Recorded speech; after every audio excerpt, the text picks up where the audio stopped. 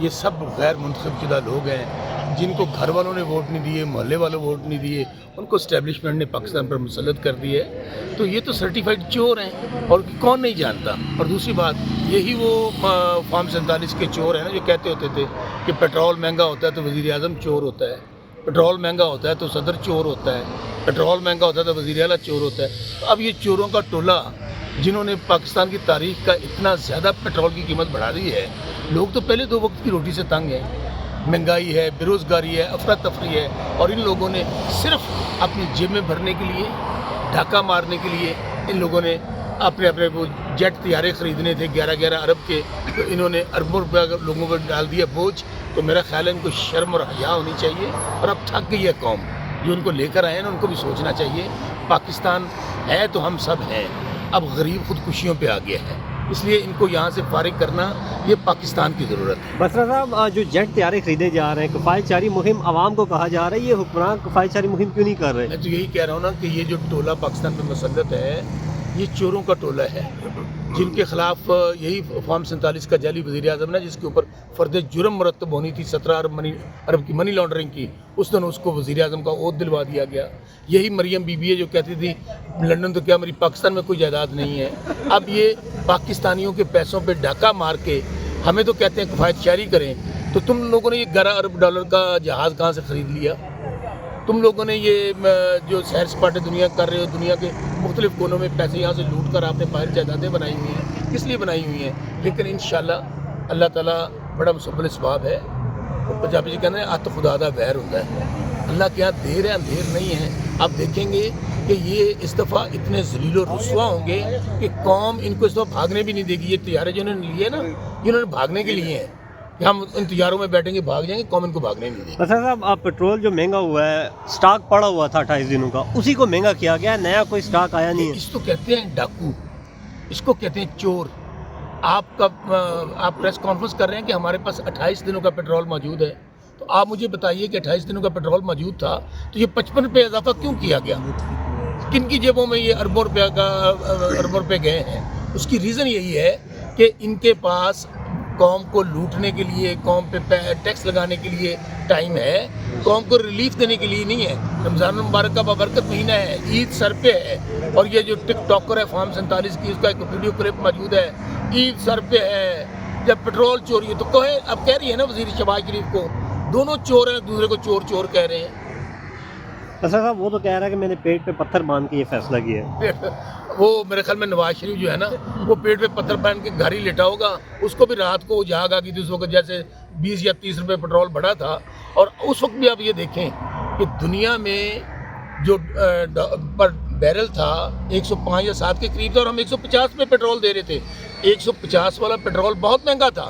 اب 321 والا پیٹرول جو ہے نا وہ پیٹرول نہیں ہے، وہ آب زمزم کے طور پہ یہ پی رہے ہیں. ان کو شرم آنی چاہیے. میں پھر کہہ رہا ہوں ان کا پاکستان سے کوئی لینا دینا نہیں ہے. یہ سارے کے سارے پاکستان کے لوگ ان سے نفرت کرتے ہیں.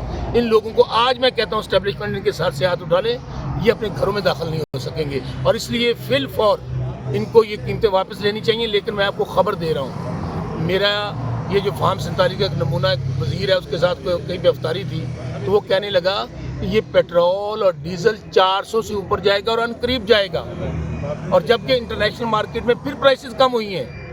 اس لیے ہم لوگ انشاءاللہ ان کے خلاف سڑکوں پہ آلریڈی ہیں کہ ہم بالکل اس مہنگائی کے خلاف، بے روزگاری کے خلاف یہ جو پیٹرول بم انہوں نے عوام پہ مارا ہے، ہم چین سے نہیں بیٹھیں گے.